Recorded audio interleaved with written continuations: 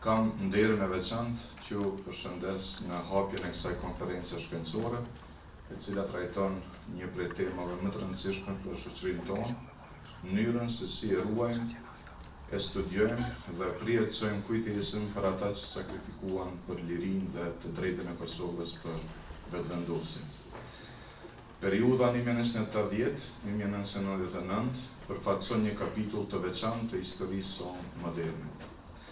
Ajo ishte një kohë e rezistencës së vazhdueshme, e organizimit politik e qytetar, e qëndresës kulturore dhe intelektuale, por edhe sakrificës sublime të atyre që dhanë jetën për lirinë e vendit. Kjo periudhë nuk mund të kuptohet vetëm përmes ngjarjeve si momente të shkëputura, ajo duhet të kuptohet si një proces i gjerë shoqëror, ku brezat të tërë qytetarësh kontribuan në forma të ndryshme për idealin e lirisë. Prandaj, përgjegjësia jonë institucionale nuk përfundon me nderimin ceremonial të heronjve dhe dëshmorëve. Ajo fillon pikërisht aty. Kujtesa kolektive nuk mbahet gjallë vetëm me monumente, por edhe me dije. Nuk ruhet vetëm në përkujtimore, por edhe me kërkim shkencor, me dokumentim, me arsimim dhe me kulturë. Për këtë arsye, universitetet, institutet shkencore, shkollat, arkivat, bibliotekat dhe muzeet kanë një rol të pazëvendësueshëm.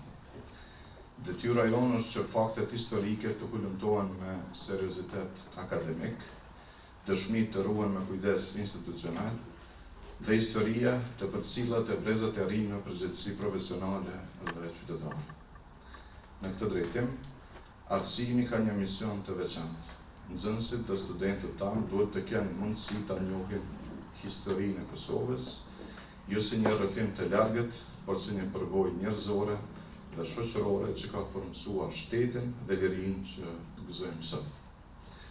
Kjo kërkon hulumtime cilësore, dokumentim, botime shkencore, projekte muzeale, ekspozita, programe edukative dhe bashkëpunim të vazhdueshëm ndërmjet institucioneve të arsimit dhe kulturës. Po aq e rëndësishme është që historia e rezistencës të paraqitet në tërësinë e saj. Rezistenca për lirinë e Kosovës ishte veprimtari e gjithanshme. Ajo ishte rezistencë edhe ushtarake, edhe politike, qytetare, diplomatike, intelektuale dhe kulturore.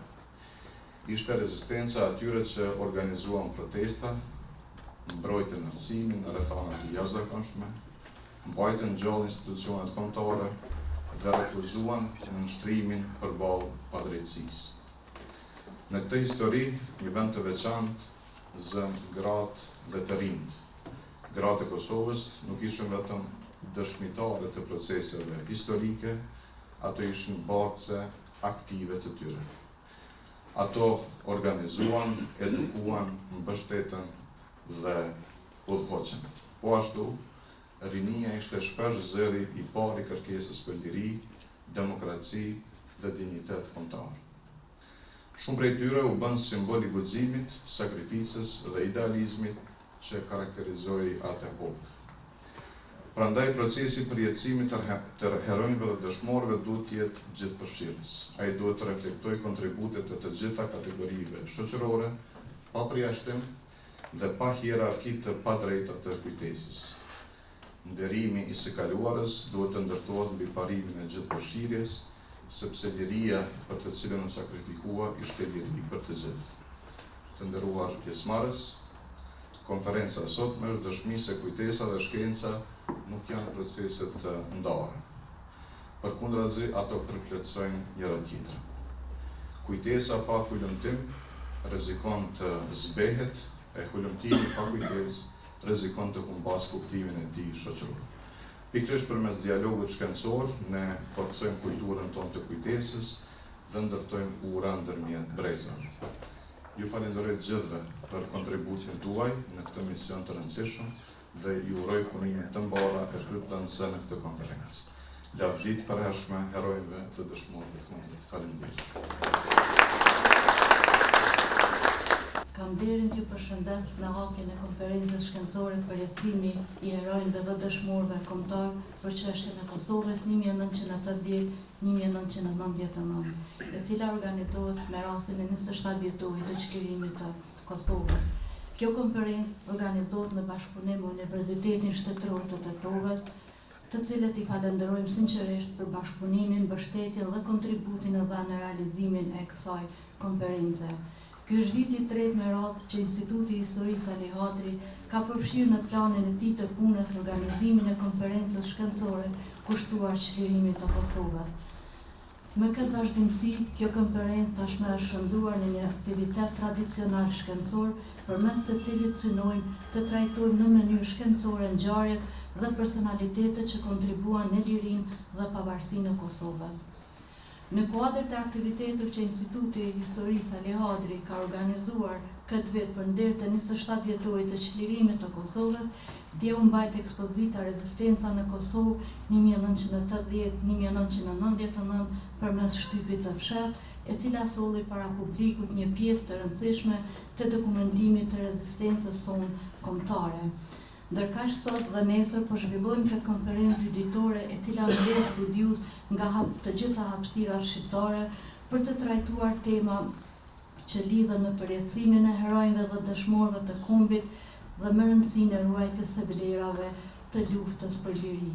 Aktivitetet tona do të vazhdojnë edhe me 6 qershor, ku do të realizojmë vizita në komplekset memoriale kushtuar herojve dhe dëshmorëve të luftës së fundit në Kosovë, si shenjë respekti dhe përulje ndaj sakrificës së tyre. Po ashtu, me 12 qershor në bashkëpunim me Bashkinë e Kukësit, Instituti Historik do të organizojë një tryezë shkencore kushtuar 27 vjetorit të eksotit të vitit 1999 për të rikujtuar një nga periudhat më të dhimbshme, por edhe më domethënëse të historisë sonë të afërt. Të nderuar pjesëmarrës, herojnë dhe dëshmorët e kombit nuk janë vetëm pjesë e historisë sonë, ata janë themeli mbi të cilët u ndërtua liria dhe shteti i Kosovës. Përjetësimi i veprës së tyre është obligim institucional, kombëtar dhe moral. Përmes trajtimeve shkencore, dokumentimit historik dhe qasjeve akademike, ne kontribuojmë që sakrifica dhe idealet e tyre të mbeten të gjalla në kujtesën e brezave që vinë. Kjo konferencë dëshmon edhe njëherë interesimin dhe përkushtimin e studiuesve shqiptar për trajtimin e historisë sonë më të re. Në këtë konferencë, me konferenca janë paraqitur 71 studiues, gjë që jep konferencës një dimension të veçantë shkencor dhe kombëtar. Me këtë rast dëshiroj t'i falenderoj sinqerisht të gjithë ata studiues për punën, angazhimin dhe përkushtimin e tyre në përgatitjen e kumtesave. Kontributi juaj është shumë i rëndësishëm për ndriçimin e ngjarjeve historike dhe pasurimin e historiografisë shqiptare, veçanërisht në një fushë ku për një kohë të gjatë ka munguar trajtimi mirëfillt shkencor i kontributit të herojve dhe dëshmorëve të kombit nga studiues dhe institucione kërkimore shkencore.